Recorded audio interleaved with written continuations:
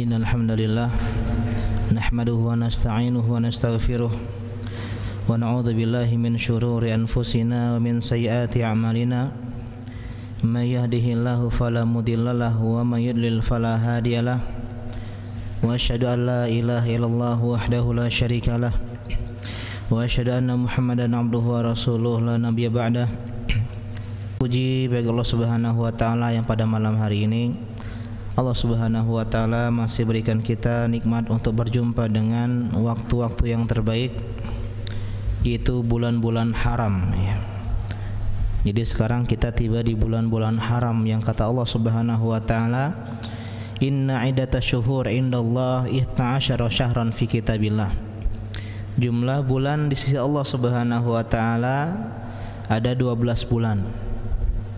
Jadi yang menjadi indikator waktu dalam Islam itu bulan, bukan matahari. Ya, karena kalau bulan itu tepat, Pak. Sedangkan kalau matahari itu enggak tepat.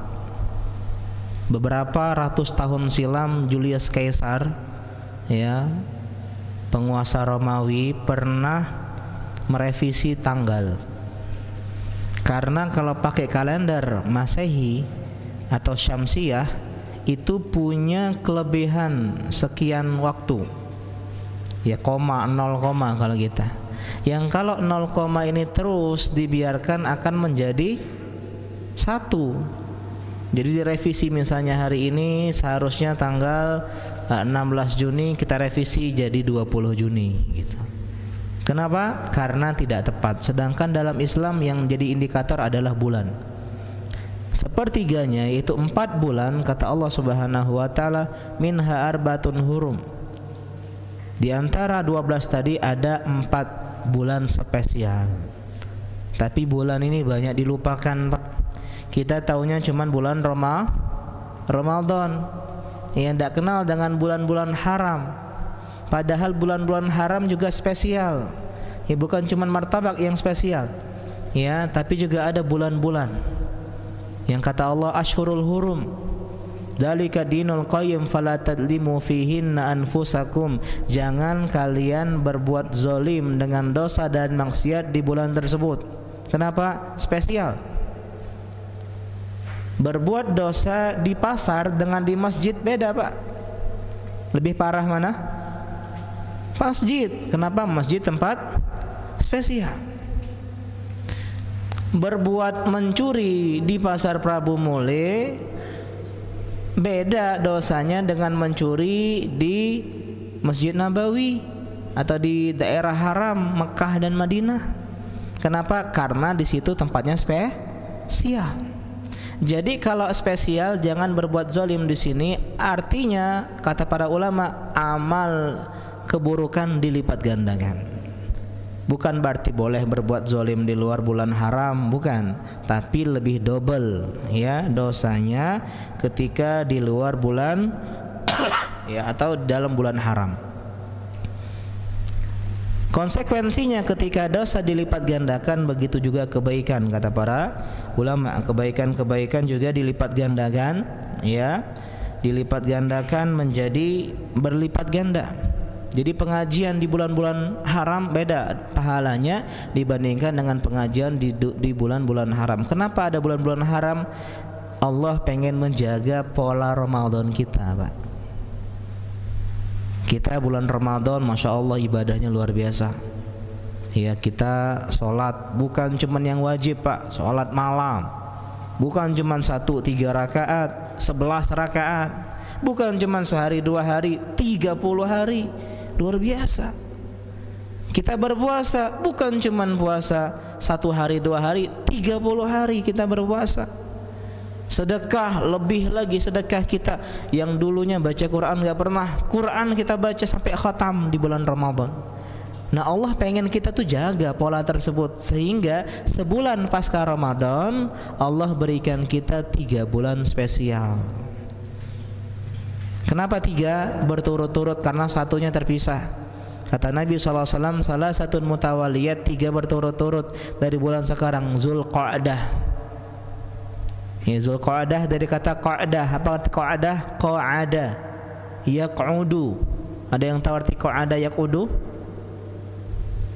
Ya, ada di Muyassar, ada di Durusul Lughah, ada ini. Apa? Qa'ada. Kita ini sedang qa'ada semua nih. Qa'ada itu punya sinonim jalasa. Apa jalasa? Duduk, ya jelisu. Jadi bulan ini tempat kita duduk. Kenapa berduduk? Maksudnya tidak berperang, duduk di rumah, banyak ibadah, ya karantina untuk ketaatan, tidak berperang. Orang-orang jahiliyah di bulan ini kenapa? Bulan spesial tadi. Nah, jadi hendaklah kita maksimalkan Zulqa'dah, Zulhijjah, Muharram 3 berturut-turut dengan kebaikan. Puncaknya di mana, Pak? 10 hari pertama bulan Zulhijjah itu puncaknya. Bikin kalender 30 Juni kalau nggak salah. Ya, karena kita pakai hilal ya, bukan pakai hisab. Jadi perkiraannya 30 Juni sampai 10 Juli. Ya, kalau lebaran tanggal 10, Pak. Ya, atau tanggal 9, ya Allah alam. Yang jelas dari akhir Juni sampai 10 Juli itu adalah the best day, waktu terbaik sepanjang tahun, Pak. Dan tidak mungkin kita bisa maksimalkan kalau enggak latihan dari sekarang. Seperti Ramadan kan, puncaknya di 10 hari terakhir bulan Ramadan. Kita mulai latihan dari 1 Ramadan biar totalitas di 10 terakhir bulan Ramadan. Begitu juga bulan Zulqa'dah adalah persiapan untuk kita totalitas di bulan Zulhijjah, karena 10 hari bulan Zulhijjah itu hari terbaik sepanjang tahun. Kalau malam yang terbaik adalah 10 malam terakhir Ramadan. Kalau hari yang terbaik kata para ulama adalah hari pertama 10 pertama bulan Zulhijjah. Yang kata Nabi, ma min ayamin al-amalu sholihu fihinna khairun wa habu ilallah min hadhil ayyam al-ashr. Amal soleh yang paling Allah cintai, yang paling baik, amal soleh di 10 hari pertama bulan Zulhijjah. Beribadah di luar 10 hari pertama bulan Zulhijjah tidak bisa menyamai ibadah kita di 10 hari pertama bulan Zulhijjah. Walal jihad fisabilillah, kata sahabat, jihad fisabilillah kalah, kata Nabi. Kita ibadah 10 hari pertama bulan Zulhijjah mengalahkan pahala jihad di jalan Allah di luar 10 hari pertama bulan Zulhijjah, Pak. Illa rajulun kharaja bi nafsihi wa mali falam yarji min dzalika bi syai'. Kecuali cuman satu amal ibadah yang mengalahkan ibadah 10 hari pertama bulan Zulhijjah. Orang yang berjihad dengan harta dan dirinya dan dia enggak pulang dengan dua-duanya. Artinya dia mati di medan perang, dia syahid, dia gugur di jalan Allah Subhanahu wa taala. Itulah satu-satunya amal yang bisa mengalahkan amal kebaikan di 10 hari pertama bulan Zulhijjah. Ya, jadi kita semangat ya maksimalkan Zulqa'dah ini, dan kita lanjutkan ya pengajian kita setiap malam Jumat ya, membahas Kitabul Jami' dari Bulughul Maram. Ya, jadi kalau Ustaz Hidayatullah setiap Senin malam Selasa Bulughul Maram dari depan, kalau kita dari belakang ya, biar kita serang dari segala penjuru. Ya, kenapa? Karena dia belakangnya bahas masalah adab dan akhlak. Ya.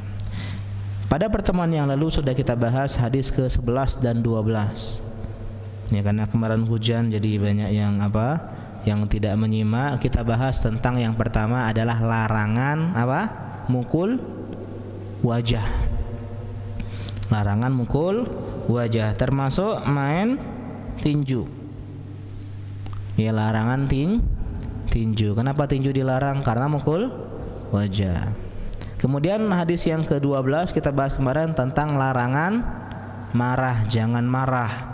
Dan kita bahas kiat-kiatnya, salah satunya adalah berta'awud, mengucapkan a'udzubillahi minasyaitonirrajim. Yang kedua mengubah posisi, berdiri dari jadi duduk jadi berbaring. Yang ketiga berwudu, ya karena marah itu panas dari api, sedangkan wudu dengan air. Yang keempat diam. Ya, yang kelima kita bahas pergi atau pindah tempat, ya, main ke masjid atau pergi ke rumah teman. Yang keenam, yang terakhir, belajar tentang keutamaan menahan amarah dan bahaya melampiaskan amarah. Sekarang kita masuk hadis yang ke-13. Ya, hadis yang ke-13. Bismillah, qala al-muallif ya rahimahullahu taala al-Hafidz Ibnu Hajar Al-Asqalani di dalam kitabnya Bulughul Maram, ya, pertemuan yang ke-30 sekian, ya, hadis yang ke-13 di bab yang keempat. Ya, di bab yang keempat.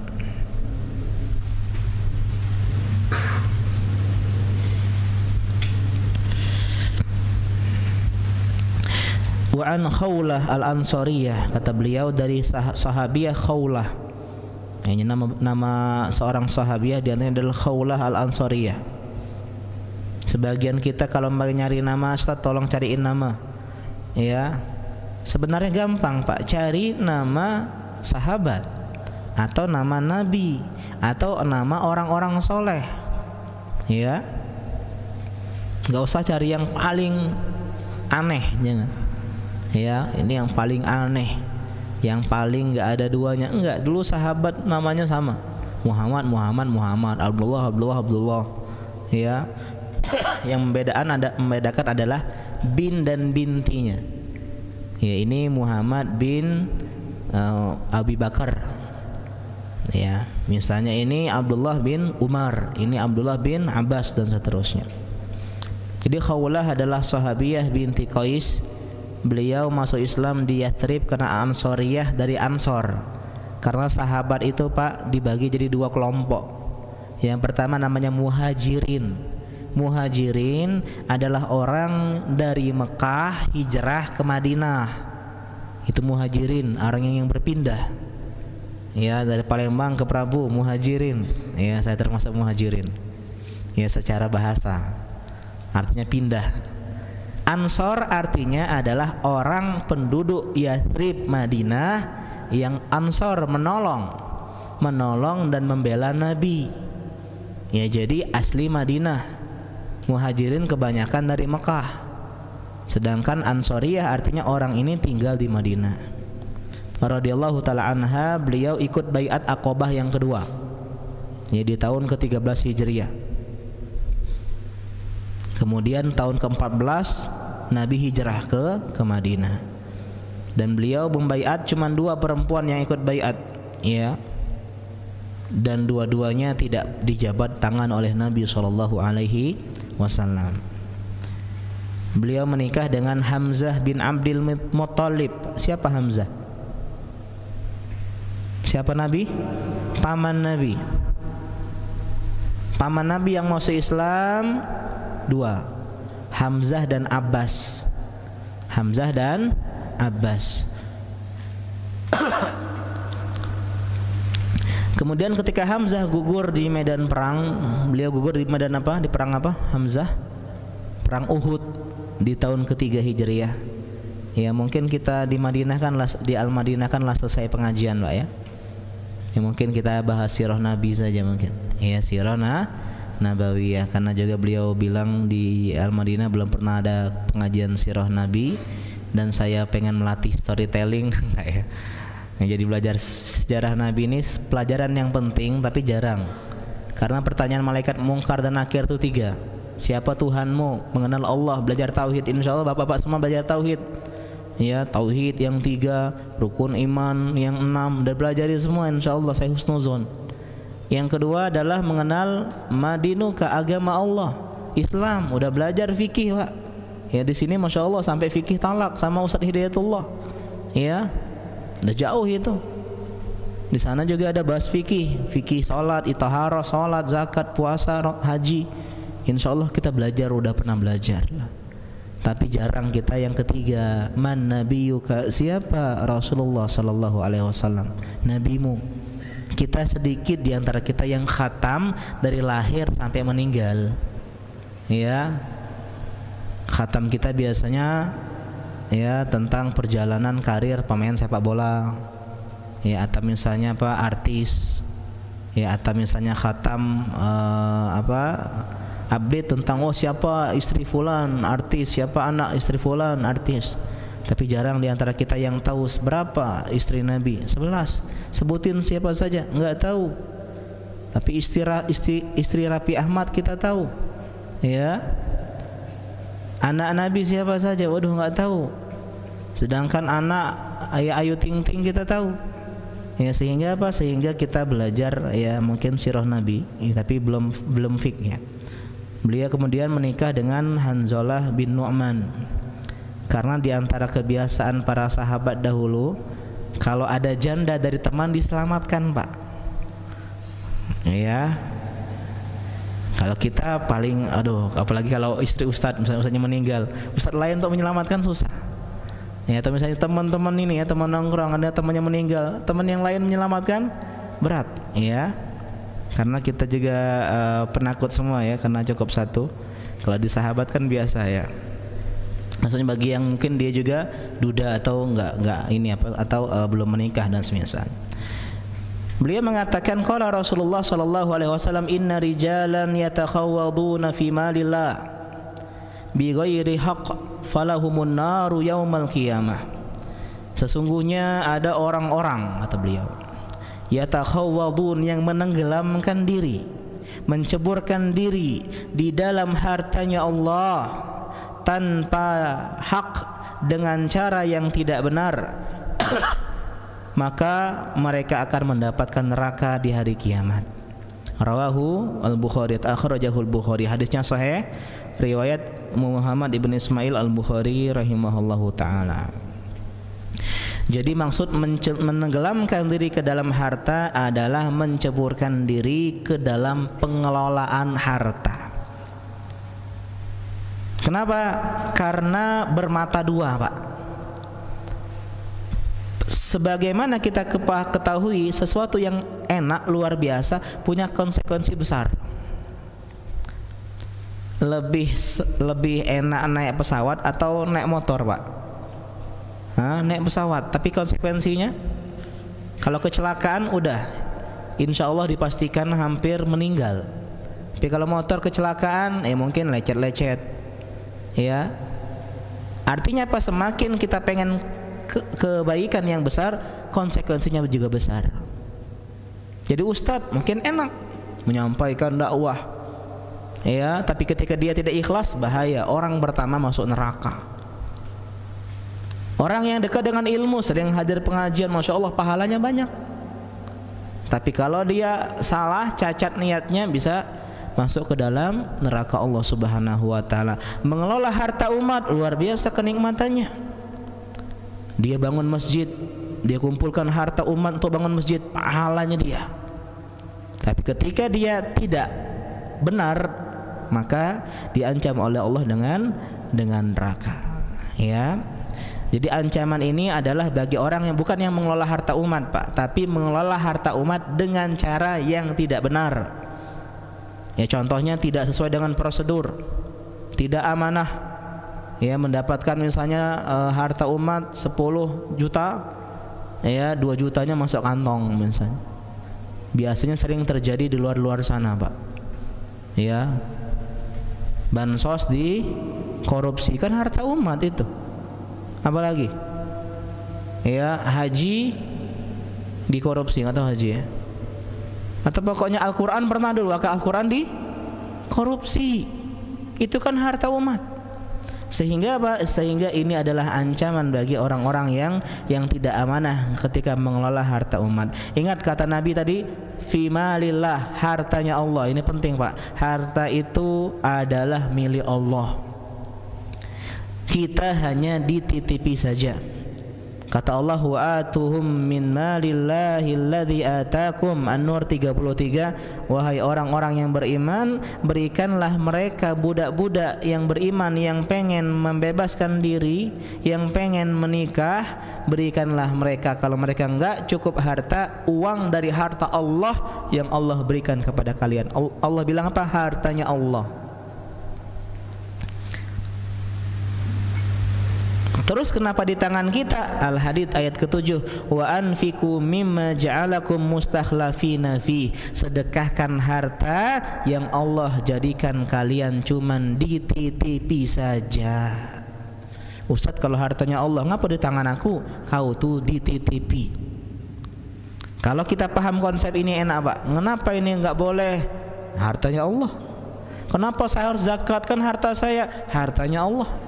Kenapa kok saya harus sedekah di jalan Allah Subhanahu wa taala? Karena Allah yang merintahkan, Allah yang punya harta. Jadi semuanya milik Allah termasuk harta kita. Dan harta sebagaimana kita singgung tadi punya banyak kebaikan, Pak. Dalam Al-Qur'an harta dinamakan khair, kebaikan. Apa contohnya? Dengan harta kita bisa nafkahin anak dan istri. Dengan harta kita bisa sedekah. Dengan harta kita bisa bangun pesantren. Dengan harta kita bisa bangun masjid. Dengan harta kita bisa umroh. Dengan harta kita bisa haji.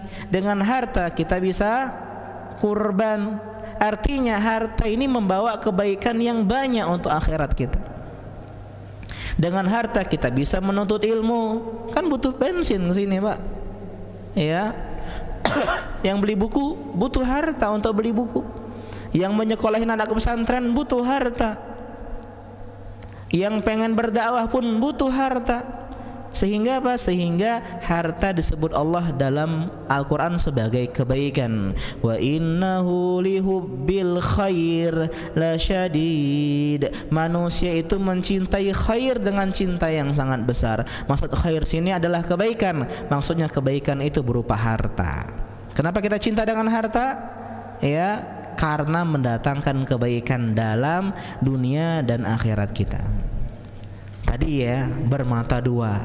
Sebagaimana harta membawa kebaikan, harta juga bisa menjadi fitnah, ujian. Karena gara-gara harta seseorang bisa masuk neraka. Gara-gara harta seorang bisa durhaka sama orang tua.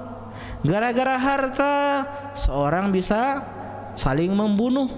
Gara-gara harta rela menipu rekan teman sendiri. Gara-gara harta warisan, ya, silaturahmi diputuskan. Jadi harta bermata dua, bisa untuk kebaikan tapi hati-hati. Kata Allah dalam At-Taghabun 15, innama amwalukum wa auladukum fitnah. Hati-hati, harta dan anak-anak kalian adalah ujian. Ujian apa? Ujian paham tak kita konsep harta milik Allah, gitu loh. Ujiannya, apakah kita perlakukan harta seperti harta milik Allah atau harta kita sendiri? Kalau kita sadar harta milik Allah, ya namanya titipan sesuai dengan yang diinginkan penitipnya. Ya tak? Ya tolong ini titip motor saya, ya. Silakan pakai. Oh, berarti boleh dipakai. Tapi jangan keluar kota. Nah, ini berarti apa? Ada aturannya. Jadi ketika kita pakai itu motor untuk pergi keluar kota ke Palembang, kita nggak amanah. Kenapa? Karena itu harta titipan. Aturan penitip tadi nggak boleh dibawa keluar kota. Ya tolong titip dulu HP saya mau ke Makuisi. Tolong jangan dibuka. Ya kita nggak boleh ngebuka. Kenapa? Kan itu HP dia. Kita cuman dititipi. Sehingga kalau kita paham konsep ini, maka kita akan mendapat kebaikan dari harta. Tapi kalau ini duit-duit aku, ya harta-harta aku deh yang begawe capek-capek, ngapu aku nak zakat, ya ngapu aku nak sedekah-sedekah, ya ngapu aku nak begini begitu. Maka ini adalah orang yang tidak paham konsep harta adalah milik Allah Subhanahu wa taala. Sekarang maksud apa artinya menenggelamkan diri ke dalam harta Allah? Maksud harta Allah di sini, pendapat yang pertama adalah harta kaum muslimin, atau bahasanya harta umat, atau bahasa pemerintahannya harta rakyat, karena kita bayar pajak. Sehingga pemerintah harus mengelola harta dengan sebaik-baiknya. Kalau ngaspal yang bagus, ya. Jenderal Sudirman, Palembang. Pernah ya ke Palembang? Jenderal Sudirman itu sering enggak ini bolong-bolong. Jenderal Sudirman itu sering enggak bolong-bolong, Pak?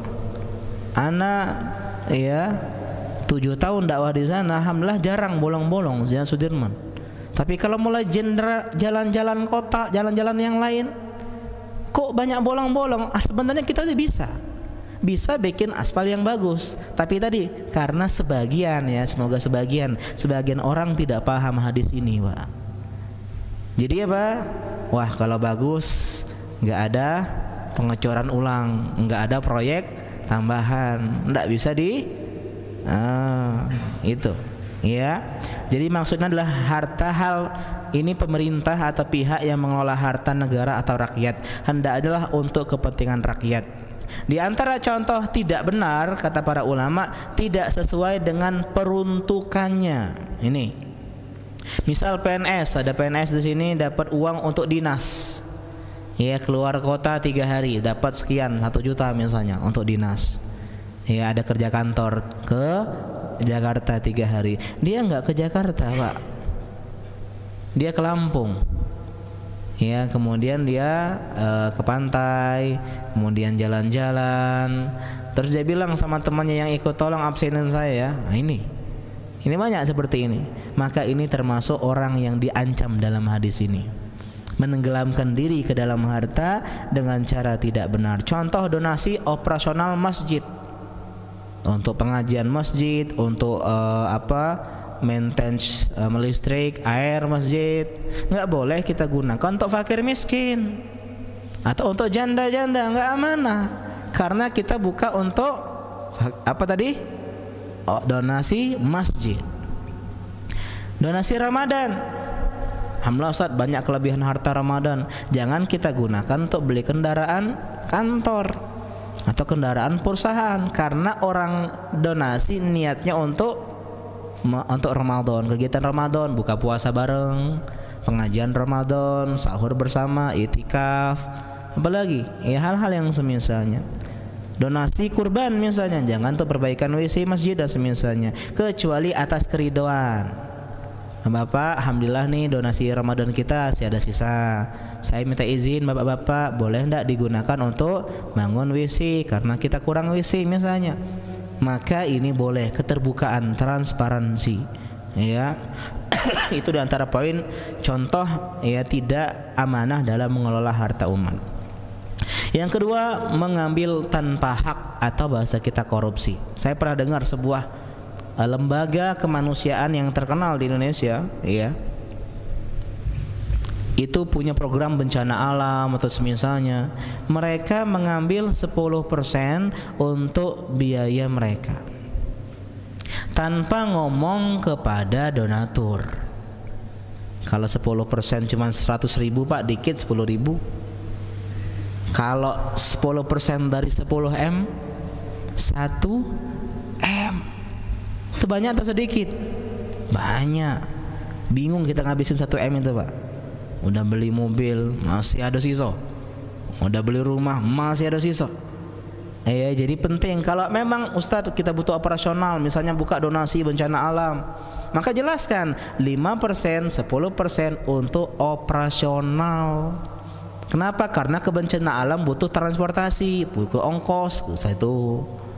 Dan misalnya ya yang orangnya 3 orang, maka situ pun butuh konsumsi, dia makan, butuh akomodasi, nggak masalah. Asal tadi transparansi, keterbukaan, ya. Dan Imam Bukhari ketika menyebutkan hadis ini, beliau menyebutkan hadis ini dalam pembahasan harta rampasan perang. Harta rampasan perang itu yang bagi siapa, Pak?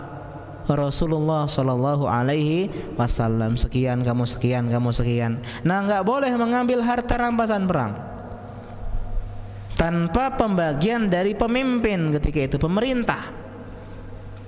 Pernah terjadi kisah Nabi Yusha' bin Nun. Jadi nama Nabi itu banyak, Pak. Nabi itu banyak, bukan cuma 25.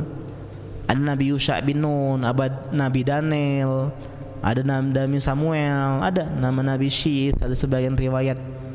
Di antaranya adalah Nabi Yusha' bin Nun. Ini adalah muridnya Nabi Musa alaihissalam. Yang namanya Khadir naik perahu itu, Pak, sama budaknya, pembantunya, itu adalah Yusha' bin Nun. Di antara mukjizat beliau ya adalah memberhentikan matahari. Ya, kisahnya ketika beliau mau memerangi orang-orang di Palestina ketika itu. Ya, karena mereka Bani Israel punya hari spesial. Apa hari spesial mereka? Sabtu. Sabtu itu nggak boleh perang. Sedangkan ini perang udah berhari-hari, Pak. udah Jumat sore. Kalau masuk Sabtu peperangan diberhentikan, nanggung budak ini. Istilahnya ngelawan bos, tinggal 1% darahnya, ya tiba-tiba mati lampu. Nah ya itulah, ya kalau anak-anak misalnya. Atau tinggal dikit lagi Pak Ustadz, cuman tiba-tiba apa nggak bisa. Seperti itulah Nabi Yusha bin Nun. Ini musuh udah mau kalah, berat musuh ini ngelawannya berhari-hari. Sampai Nabi Yusha bin Nun ketika sebelum mulai perang bikin pengumuman, kita akan berperang. Kecuali orang yang sedang menunggu istri lahiran, nggak boleh ikut perang. Ngapa Pak? Nggak fokus. Orang yang lagi bangun rumah belum jadi, nggak boleh ikut perang. Orang yang lagi nunggu kambingnya bonteng, bentar lagi punya anak, nggak boleh ikut perang. Artinya apa? Dalam Islam pun fokus itu penting Pak. Mengeluarkan distraksi, gangguan. Hanya peranglah sebagian Bani Israel, sebagian besar untuk berperang. Nah ketika Jumat sore tadi, ya matahari mau tenggelam, dia bilang, ya Syams, wahai matahari, innaki ma'murah wa ana ma'mur. Kau diperintahkan, aku juga diperintahkan. Kau diperintahkan untuk bergerak. Ini dalil bahwasanya ya yang bergerak itu matahari bukan bumi Pak. Selama ini kita geosentris atau heliosentris ya. Pokoknya selama ini kita belajar di IPA bahwasanya matahari adalah pusat tata surya. Jadi semua planet mengelilingi matahari. Dalam Islam enggak. Yang berjalan adalah matahari. Jadi bumi itu yang menjadi pusat, sedangkan semua planet-planet ini berputar mengelilingi bumi. Ya. Ini ada bukunya ya. Bumi matahari mengelilingi bumi. Kata Nabi Yusha bin Nun, kau diperintahkan untuk bergerak, aku perintahkan untuk berperang, berjihad. Maka tolong kau berhenti. Dan matahari berhenti, benar-benar berhenti Pak. Bukan hak waktunya berhenti, tidak baca perang gitu.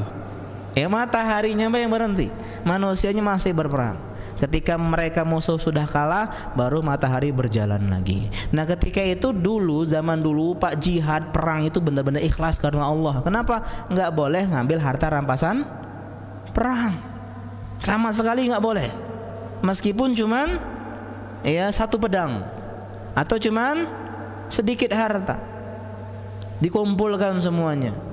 Dikumpulkan harta dan nunggu dari langit turun api Pak, api putih membakar semua harta. Pas dikumpul pada turun-turun tuh api. Kamu nih ada yang korupsi. Kata yang ngaku.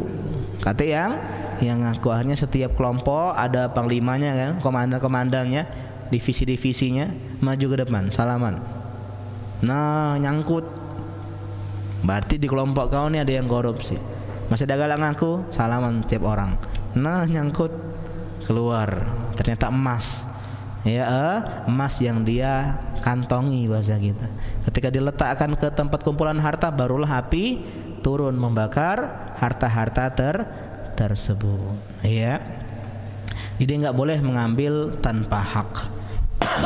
Contoh lain adalah hadiah kepada petugas negara. Ya, bagi teman-teman PNS PNS boleh Pak, asal dalam hal-hal yang pekerjaannya boleh. Ya karena orang tua saya PNS semua. Kalau guru dan seterusnya. Cuman ada prinsip hadiatul ummal gulul, kata Nabi. Upah atau hadiah atau gratifikasi, ucapan terima kasih kepada karyawan yang sudah digaji oleh negara, hukumnya adalah sebuah bentuk korupsi. Jadi kalau misalnya kita sebagai di KUA, kita di KUA udah digaji oleh negara, kita KUA PNS bukan honorer. Makasih Pak ini. Nggak boleh Pak. Kalau makasih silakan kasih ke kantor ini ada. Misalnya kotak sumbangan untuk KUA-nya, bukan untuk pribadinya. Kata para ulama ini juga berlaku kepada karyawan. Sehingga setiap kita yang digaji nggak boleh dapat uang tip. Beda kalau kita jualan, beda. Ustaz, berarti kalau aku beli kawan aku dijual nasi goreng lebih, boleh ada lebih aku kasih tip? Enggak apa-apa lebih. Banyak-banyak malah. Itulah harga teman, Pak. Harga teman tuh harusnya yang paling menghargai temannya. Berapa bakso? 20.000, 10.000, harga kawan lah, sudah 8.000, bukan 8.000, 15.000. Nah itu kawan, karena dia menghargai semangat kita. Kalau kita kan enggak, harga kawan lah berapa, 2.000, parkir itu, ya. Karena itulah beda kalau kita sebagai ini ya jasa Pak, kita potong rambut misalnya, dibayar lebih, tidak apa-apa, makasih, ada lagi tidak, tanya, ya.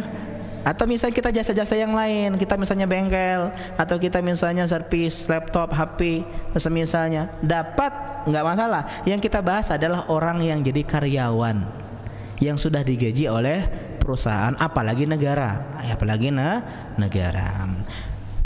Dan ruh penyaluran donasi adalah efektif dan efisien.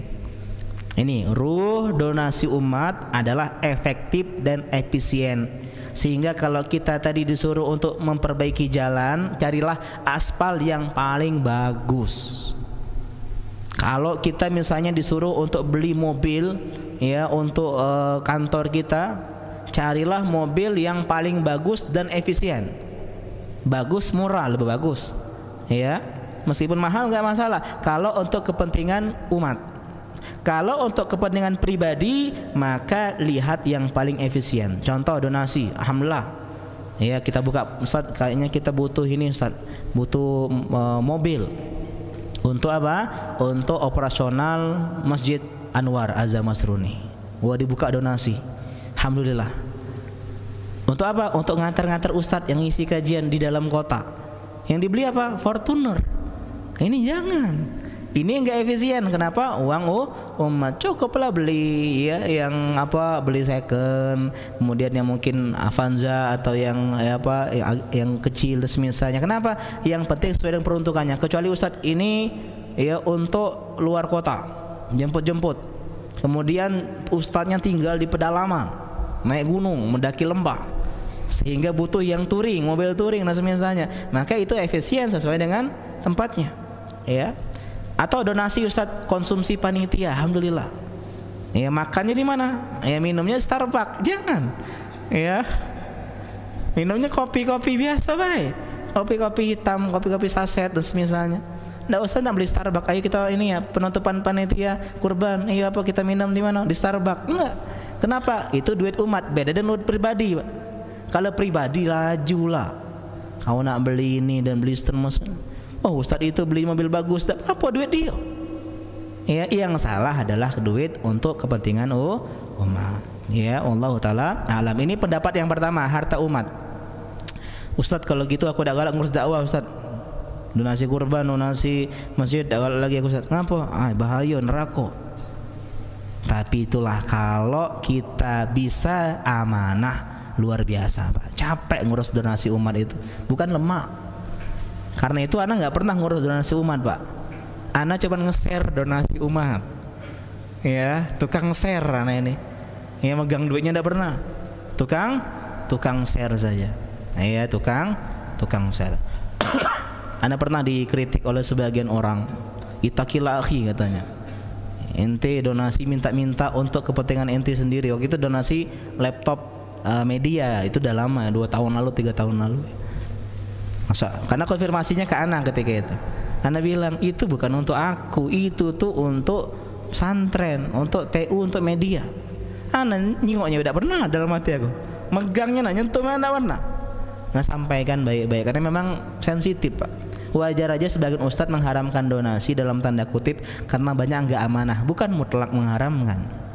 Kan telah kita harus pilih-pilih bagi teman-teman yang memang ada hasilnya.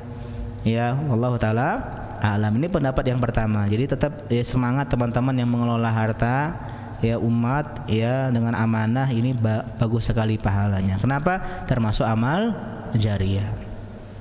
Yang kedua, harta secara umum, bukan cuma umat, harta pribadi, kata para ulama. Artinya apa? Kalau kita menggunakan harta pribadi atau mendapatkan harta pribadi dengan cara yang tidak benar, diancam oleh Allah dengan api neraka. Harta pribadi gimana? Uang masuk, uang keluar. Arus masuk, arus keluar. Ini harus benar semua. Karena ada ustadz, alhamdulillah ustadz aku gajinya halal, pekerjaan aku halal, tapi kau beli apa? Beli ke rendang babi Pak Ustaz, nggak boleh. Ya, sekarang lagi muncul rendang, nak dibikin rendang babi dan seterusnya. Ustaz, aku untuk diskotik, Ustaz. Nggak boleh. Alhamdulillah Ustaz, ana sering sedekah untuk pesantren, untuk Masjid Anwar, ana sering sedekah. Dari mana? Ya, biasa Ustaz. Ya, duit duit dari menang tender. Ya, yang menang tender dapat ngasih hadiah, kasih. Ini nggak boleh. Nggak boleh. Ada yang bilang seperti ini, Ustaz, kan sedekah itu dikalikan 700. Jadi aku nak korupsi 1 juta, aku sedekah ke 100.000. 100.000 kan dikali 700, 70 juta. Berarti aku banyak, berarti aku lebih berarti. Korupsi cuma 1 juta, aku sedekah 100.000, dapat pahala 70 juta. Imbang, impas malah. Ya tidak apa-apa lah Ustaz. Masalahnya apa? Sedekah kita nggak diterima kalau dari harta yang tidak benar. Bagaimana maksud harta haram mendapatkannya? Harta sebabnya, zatnya. Jadi haram karena zatnya. Dan ini mungkin tidak mungkin ya kita insyaallah ya. Contohnya apa? Khamar, babi, ya, korokok, ganja, video nggak benar, ya, patung, berhala, itu. Nah, tapi yang paling sering kita tuh yang kedua, haram karena sebabnya. Contohnya apa? Zolim, nipu, ya, bilang ini apa? Asli. Oh, ini madunya asli Ustaz, bener asli 1% aslinya. 99%-nya air, gula dan seterusnya. Atau suap, bukan nyuapi bini anak bini bukan. Ya, riswah. Pajak, bea cukai, nimbun, ya, bukan nimbun ini lahan, nimbun minyak goreng kemarin, nah, itu nggak boleh. Sembako yang sedang langka nggak boleh ditimbun Pak. Sekarang kalau nimbun misalnya beras boleh tak? Boleh karena nggak langka. Ya, tapi kalau kebutuhan masyarakat yang kita timbun sehingga langka, ini nggak diperbolehkan. Atau goror, contohnya apa? Judi, asuransi. Tolong adik-adik ya, atau yang belum punya pekerjaan, jangan kerja pajak, bea cukai, bank, asuransi. Jangan 4 ini Pak. Ya. Riba, contohnya rentenir. Apalagi riba? Bunga bank atau kartu kredit. Ya. Ini cara mendapatkannya. Jadi kita waspada. Yang kedua penyaluran, kita pernah bahas sebelumnya antara boros dan pelit. Ini hadis yang pertama tentang masalah bahaya mengelola harta umat dengan tanpa hak dengan cara yang tidak benar. Ya, dan banyak orang-orang seperti ini. Jadi dakwah itu perjuangan. Dakwah itu berjuang. Yang ada berjuang dengan harta, dengan hartanya. Ya. Ada yang dengan apa? Dengan kemampuan mengelolanya, dan seterusnya. Ya.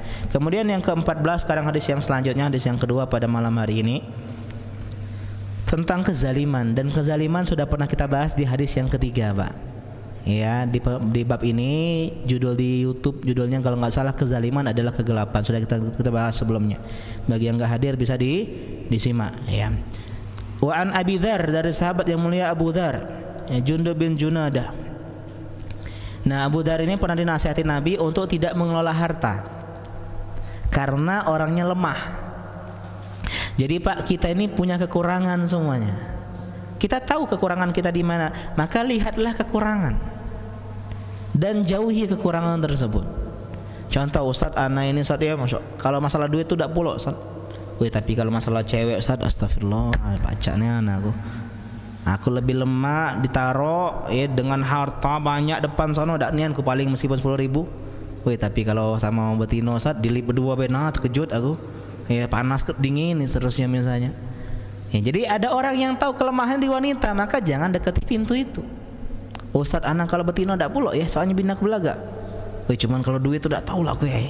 Mendingan aku punya duit itu. Berarti kelemahannya di duit. Ada kelemahannya di jabatan, ada kelemahannya di popularitas, ada kelemahannya di yang lain. Ada yang galau-galaunya. Yang lemah galau ya.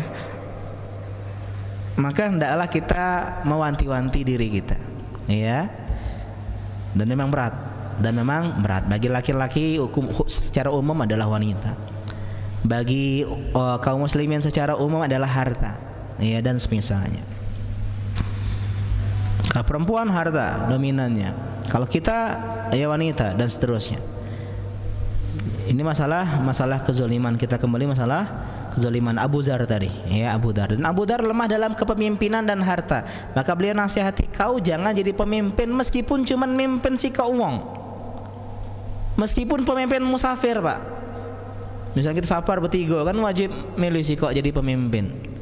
Ini antara sebagian adab yang sering dilupakan sebagian teman-teman. Kalau safar harus pilih pemimpin. Kalau tidak ribut, sholat di mana kita? Ribut. Sini baik, situ baik, ribut. Jamaah takdim atau takhir gitu, ribut jadinya.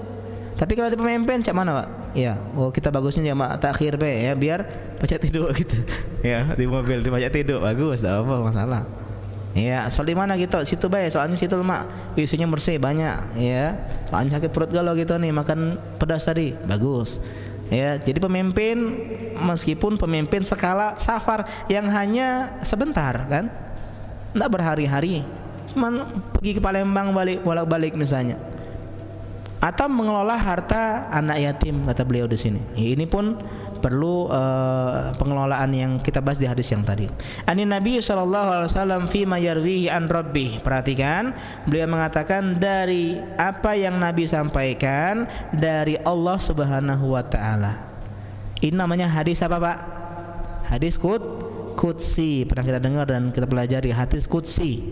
Ada 3 nama, hadis qudsi, hadis ilahi, dan hadis robbani. Sama, maksudnya adalah hadis qudsi. Qudsi itu dari kata kudus. Apa arti kudus? Suci. Kenapa? Karena hadis ini disandarkan kepada zat yang suci. Siapa? Allah Subhanahu wa taala. Jadi ini adalah ucapan Allah, firman Allah, tapi kepada Nabi, dan Nabi sampaikan kepada kita. Itu hadis qudsi. Beda dengan Al-Quran. Beda dengan Al-Quran. Al-Quran sama-sama. Al-Quran hadis qudsi adalah kalamullah. Bedanya kita akan bahas nanti. Ya, jadi hadis qudsi adalah hadis yang disampaikan oleh Rasulullah, dan Rasulullah sandarkan ini ucapan dari Allah Subhanahu wa taala. Jadi Nabi menyampaikan ucapan Allah melalui ucapannya, ya. Jadi misalnya kita, tadi ini apa Pak Bos bilang ini, ya itu nah. Kita menyampaikan ucapan Pak Bos kepada teman kita sama karyawan, pegawai. Artinya ini adalah menyandarkan, bukan ucapan secara langsung. Apa beda dengan Al-Quran? Yang pertama bedanya, Al-Quran berasal dari Allah, makna dan ucapan, lafal. Lafal itu kata-katanya tuh, maknanya. Karena ada ucapan tuh yang penting makna. Pak Bos bilang, besok pagi kita ke Danau Suci rekreasi. Ya, itu secara lafal. Kita bilang, Pak Bos bilang besok pagi ya kita jalan-jalan ke Danau Suci. Kan beda secara lafal. Tapi maknanya benar. Nah, Al-Quran itu maknanya benar dari Allah, dan lafalnya tuh dari Allah, kata-katanya. Enggak boleh diubah, cak tadi rekreasi diganti jalan-jalan, enggak boleh. Harus sesuai dengan letter leg-nya. Itu adalah Al-Quran. Sedangkan hadis qudsi maknanya dari Allah, lafalnya dari Rasulullah. Allah bilang ini, Nabi membahasakan ulang ke umatnya. Allah bilang ini, enggak ini kan, tapi maknanya sama. Contoh cak karyawan tadi bilang, besok pagi cepet ya. Nah, tambahan cepet ya kan. Besok pagi ya kita jalan-jalan ke rekreasi, ke Danau Suci. Ya besok pagi pakai mobil. Nah, ini tambahan pula. Misalnya, enggak masalah. Selama tidak mengubah makna yang bahaya. Besok pagi kita pergi ke Danau Toba. Nah, ini bahaya. Ya, karena sudah berbeda konteksnya. Ya konteksnya. Ya, kita dengarkan azan. Assalamualaikum warahmatullahi wabarakatuh. Alhamdulillah, wassalatu wassalamu ala Rasulillah wa ala alihi wa ashabihi wa man walah, wa la hawla wa la quwwata illa billah. Ini perbedaan Al-Quran dengan hadis qudsi. Yang pertama tadi Al-Quran lafal dan maknanya dari Allah. Sedangkan hadits qudsi maknanya dari Allah, lafal ucapannya, teksnya, tekstualnya dari Nabi sallallahu alaihi wasallam. Karena itulah boleh meriwayatkan hadits qudsi dengan makna, sedangkan Al-Quran enggak boleh dengan makna. Misalnya dia imam, misalnya alhamdulillahi rabbil alamin ar-rahmanir rahim maliki yaumil qiyamah, misalnya maknanya benar Pak, yaumuddin itu yaumul qiyamah, tapi ingat makna dan lafal Quran dari siapa? Allah, enggak boleh diubah-ubah, maknanya enggak salah, tapi ketika dia mengubah ini enggak boleh. Beda kalau hadis Nabi sallallahu alaihi wasallam, ya boleh dengan makna. Kalau kita nggak hafal misalnya hadis tentang misalnya man kazaba alayya muta'ammidan falyatabawa maq'adahu minan nar. Maq'adahu itu bangku, kursinya. Kita bilang kursiyahu minan nar. Siapa yang berdusta atas nama Rasulullah, siap-siap dia duduk di neraka, kata Nabi. Boleh kita menyampaikan dengan makna termasuk penerjemahannya. Ya penerjemahan. Ya Allah taala a'lam. Hati-hati kau isbal, kata Nabi itu. Kan itu kata Nabi kan? Ya kata Nabi itu, ya apa-apa yang di bawah mata kaki itu, yaitu tempatnya di neraka. Atau kita bilang diancam dengan api neraka. Misalnya sampaikan, itu kan secara teks enggak benar begitu. Bukan diancam dengan neraka, tapi berada di neraka. Ma'asfala minal ka'bain, ya minal izar minal ka'bain fa finnar. Maka tempatnya di neraka. Kita bilang diancam neraka, tapi maknanya benar. Ya maknanya benar. Atau urutan, hati-hati kau, kata Nabi, ya di hari akhir nanti atau nanti akan datang umatku yang menghalalkan sutra, ya zina, alat musik misalnya, dan khamar. Sebenarnya khamar dulu kan, baru alat musik di belakang. Cuman nggak masalah, yang penting maknanya. Berarti sama, cak haramnya khamar, cak haramnya zina, cak haramnya sutra bagi laki-laki, begitu. Ya wallahu taala alam. Ini yang pertama. Yang kedua, Al-Quran itu dinukil secara mutawatir, Pak. Mutawatir tuh banyak jalurnya. Ngomong iyo, ini ngomong iyo kalau Pak Bos ngomong iyo, cak itu iyo, kau iyo. Ya, mutawatir lah banyak, lah 12 uang, lah 24 karyawan ngomong besok tuh rapat galau. Bener ya, aku dengarkan. Oh iya. Berarti kebenarannya absolut, Pak. Absolut. Karena tidak mungkin bohong. Kalau 100 uang misalnya di Prabu Mulih, kita tanya siapa? Bupati atau wali kota Prabu Mulih. Wali kota, bupati, wali kota ya. Wali kota, fulan. Berarti 100 uang lah disurvei. Berarti kebenaran absolut.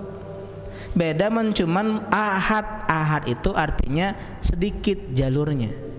Cuman satu orang, 2 orang, 3 orang pacak bohong. Ya sebagaimana pernah sebuah anekdot yang saya sampaikan tentang orang yang terlambat ujian, mereka bohong sama gurunya. Dia bilang kita naik angkot sama-sama baik. Kemudian angkot kita pecah ban. Kemudian pertanyaannya dah ujian susulan. Mereka di tempat terpisah, ujiannya ban yang mana yang bocor. Nah, kalau dia jujur akan jawabannya sama, ya tak? No, belum pulak kita ngomongi tadi. Ini ngomong aja ban depan, ini ban belakang, ban kanan, ban kiri, dan seterusnya. Nah, kalau Quran semuanya mutawatir, Pak, artinya semuanya sahih, benar semuanya. Sedangkan hadis qudsi itu ada yang mutawatir, ada yang ahad. Ahad itu bukan berarti tidak benar, tapi ada yang benar, ada yang tidak, gitu loh. Ya. Jadi hadis qudsi ada yang benar, ada yang tidak, ada yang sahih, ada hadis qudsi itu ada yang hasan, ada yang dhaif lemah, ada yang maudhu, palsu bahkan ada. hadis qudsi gitu. Sedang Quran nggak ada yang dhaif Quran, Pak. Quran semuanya sahih. Sedangkan hadis qudsi ada yang sahih, jadi derajatnya tuh sahih yang pertama, yang kedua hasan, yang ketiga dhaif, lemah, yang keempat adalah maudhu, palsu, enggak benar dan seterusnya. Yang ketiga Al-Qur'an pahala bacanya ibadah, bacanya ibadah. Satu huruf berapa? 10 kali lipat kebaikan dibaca dalam salat. Tapi kalau hadits qudsi tidak demikian, bacanya tidak seperti Al-Quran kali 10 tidak. Dan juga bacanya pahala baca hadis, Pak. Tapi tidak seperti baca Al-Quran. Ustaz, baca hadis pahala? Tidak, pahala. Cuma tidak seperti Al-Quran yang lebih besar pahalanya. Dan tidak boleh dipakai dalam salat. Amin. Ya ibadi inni haramtu zulma ala nafsi. Dipakai hadis qudsi nggak boleh, ya nggak diperbolehkan. Wallahu taala alam. Jumlah hadis qudsi kurang lebih cuma 200 hadis sedikit, Pak, ya. Dan bentuk lafalnya ada dua. Yang pertama ini seperti ini, qala Rasulullah fi ma yarwihi an rabbih. Nabi bersabda dari apa yang beliau dengar atau riwayatkan dari Allah Subhanahu wa taala. Yang kedua langsung qala Rasulullah qala Allah. Rasulullah bersabda, bahwasanya Allah berfirman. Artinya Allah berfirman dalam sabda Nabi, itu namanya hadis qudsi, ya. Ini dalil bahwasanya Allah punya sifat berbicara. Allah itu ngomong, berbicara dengan lafal kata-kata dan dengan suara. Berbeda dengan Asy'ariyah. Banyak di Indonesia Asy'ariyah. Mereka berpendapat Allah berbicara, iya berbicara, tapi berbicara dalam hati, tanpa suara. Ya, jadi Al-Qur'an itu cuman kiasan. Cuman kiasan dari ucapan Allah. Jadi contohnya, oh berarti aku nih lapar nian. Nah, jadi aku lapar nian itu bukan kalamullah, kan bukan ucapan Allah, tapi kiasan atau penafsiran dari kalam Allah dalam hati tadi. Ini salah jelas. Kenapa? Jelas wa kallamallaha Musa taklima. Wa kallamallahu Musa taklima. Allah berbicara kepada Nabi Musa, ngomong. Ada percakapan nian, Pak. Ya, dan tidak mungkin percakapan dalam hati, nggak mungkin. Kalam nafsi. Ya, kenapa? Karena kalam nafsi itu bukan ucapan. Di antara sebagian kesalahan kita zikir, zikir apa kau? Dalam hati. Nah, ini salah, Pak. Namanya ucapan itu adalah dengan minimal menggerakkan lisan. Nah, itu baru. Sehingga dalam hati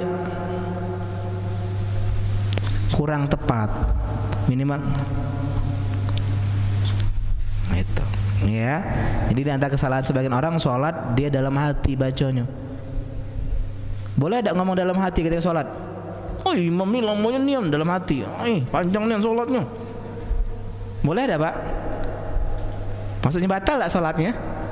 Enggak batal. Kenapa? Karena ucapan dalam hati bukan ucapan. Karena di antara pembatal sholat apa? Ucapan. Ya, berarti apa? Berarti yang namanya dalam hati tidak dianggap sebagai ucapan. Ya Allah taala a'lam. Jadi Al-Qur'an adalah kalamullah, hadis qudsi juga yang sahih adalah kalamullah dan bukan makhluk, ya.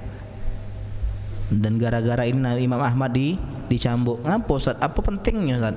Karena Pak, kalau kita bilang Al-Qur'an adalah ucapan manusia, makhluk, ucapan yang dirangkaikan dari hiasan tadi, maka tidak ada spesialnya. Ucapan manusia pula, sehingga kita bebas menafsirkan. Itulah warka'u maroki'in, rokoklah bersama orang-orang yang merokok dari Al-Quran. Ngapa Pak itu? Ya ini kan ucapan bukan ucapan Allah, kita bisa menafsirkan macam mana baik. LGBT pakai ayat Al-Quran. Allah menciptakan kalian untuk pasangan kalian dari diri kalian. Sama lanang berarti pasangan betina sama betina. Nah, ini bahaya, Pak. Tapi kalau kita bilang Al-Quran adalah kalamullah, berarti harus melihat penafsiran atau kehendak Allah. Maksudnya apa? Bukan kehendak kita yang baca. Kalau Al-Quran adalah makhluk, Al-Quran makhluk, ucapan kita makhluk, berarti seimbang dengan makhluk. Kita bisa bantah Al-Quran. Ini bahayanya ya. Ini yang bikin Imam Ahmad tetap nggak mau. Padahal Imam Ahmad itu Pak followersnya banyak, people power. Kalau dia ngomong perang habis tuh ya dinasti Abbasiyah ya. Tapi beliau ya melihat, mempertimbangkan kemaslahatan ya, karena dakwah itu bukan cuma soal benar salah, tapi maslahat atau tidak ya. Terkadang meninggalkan sunnah ya, misalnya ustadz itu jadi imam masjid umum pakai bismillah, Allahu Akbar, bismillah, wah lembek ustadz itu, tidak strong, tidak kuat. Maslahatnya Pak, mungkin sunnahnya disirkan, bismillahirrahmanirrahim, itu sunnahnya. Tapi terkadang meninggalkan sunnah untuk kebaikan ya, untuk kemaslahatan. Takutnya mencari itu ya dia diundang lagi, dakwah tidak masuk ke mereka dan seterusnya ya. Wallahu taala a'lam. Makanya kalau kita jadi pemateri kajian di tempat umum, jangan jadi imam, aman ya. Jadi khotib be ya, jadi khotib, imamnya yang lain, aman sudah ya. Itu masalah kezaliman insyaallah sudah pernah kita bahas pada pertemuan sebelumnya. Jadi kita nggak bahas masalah panjang lebar insyaallah nanti ya. Dan insyaallah pada pertemuan selanjutnya kita bahas masalah tentang ghibah ya, tentang ghibah atau gosip atau gunjing dan semisalnya. Sekarang kita ke tanya jawab ya. Ustadz izin bertanya. Iya, saya izin menjawab. Jika ada seorang anak mewakafkan lahan kepada seorang ustadz atau yayasan dengan niat pahala untuk orang tua yang sudah meninggal, namun lahan tersebut belum dimanfaatkan oleh penerima wakaf karena masih menunggu dana terkumpul untuk membangun, apakah pahala wakaf sudah mengalir kepada orang tua dalam kondisi tersebut? Jawabannya belum ya, tapi insya Allah dapat pahala sedekah, tapi pahala wakafnya belum. Kenapa? Karena pahala wakaf sesuai dengan penggunaan. Karena itulah Pak, enggak harus wakaf tanah ya. Maka kita tanya, Pak Ustadz butuh apa? Karena Ustadz tuh lebih tahu yang butuh apa. Karena kalau butuh tanah, kita akan mikir duit lagi Pak untuk bangun. Banyak yang wakafin tanah, wakafin yang semisalnya. Cuman Pak, siap enggak Pak wakaf donasi untuk bangun masjidnya gitu. Atau begini saja Pak, kita tanahnya kita jual atau kita kaplingkan ya. Dari uang kaplingan tadi keuntungannya kita bangun masjid untuk wakaf, boleh. Jadi enggak harus punya tanah wakaf tanah, enggak, bisa dijual uangnya untuk wakaf bisa ya. Jadi lihat mana yang lebih tepat. Ustadz ini saya mau wakaf tanah untuk masjid. Pak Ustadz, Pak masjid kita banyak alhamdulillah di sini. Kita yang kurang adalah lahan pemakaman sunnah. Cak mana kalau bikin lahan pemakaman baik, ayo bismillah. Pahalanya ada yang dikubur ke sana dapat pahala ya. Berarti berdoa deh, ya Allah semoga banyak yang kubur ke sini. Enggak ya? Ya. Tidak masalah berdoa seperti itu Pak ya. Seperti rezeki, misalnya orang dokter ya berdoa, ya Allah semoga aku punya rezeki, boleh. Ya tidak boleh, ya Allah semoga banyak yang sakit, tidak boleh. Ya seperti orang tukang nampal ban kan berdoa, ya Allah semoga banyak rezeki, artinya banyak yang pecah ban. Tapi yang tidak boleh, ya Allah semoga banyak yang pecah ban, tidak boleh. Tukang gali kubur tidak boleh bilang ya Allah semoga banyak yang mati, tidak boleh. Tapi ya Allah berikan saya rezeki yang banyak, boleh ya. Jadi tetap bersabar dan semoga bisa dimaksimalkan ya. Karena itulah pentingnya juga sabar. Dan seandainya pun kan namanya wakaf itu Pak nggak harus sekarang. Memang ada seorang yang bertanya atau seorang yang menanam buah, orang kakek-kakek, oh ya kek kau ini nanam buah, kau bentar lagi nak mati dalam ini kan, cak mana kau merasakan nikmat makannya tidak? Oh iya mungkin tidak aku, mungkin cucu dan cicit aku age yang akan mendapatkan manfaatnya. Bisa jadi, karena perlu proses, proses ya, tidak harus saat itu juga ya. Semoga Allah mudahkan pembangunan masjid di lahan wakaf tersebut. Ustadz, saya kerja di salah satu ekspedisi pengiriman paket. Saya sudah digaji oleh perusahaan tapi masih sering menerima tip. Gimana hukumnya Ustadz? Ya tadi sudah kita bahas. Tolak. Tolak. Maaf Pak, kami sudah digaji. Itu pun dakwah. Oh pokoknya sudah Pak ya, saya salurkan untuk ekspedisi saya. Balik ke kantor, kita bilang Pak ini ada uang tip untuk kantor. Wah mantap nih yang pegawai ini, besok kau jadi manajer gitu ya. Bisa jadi. Dan ingat, kejujuran itu pasti mendatangkan kebahagiaan Pak. Ya, kejujuran pasti mendatangkan kebahagiaan. Ya.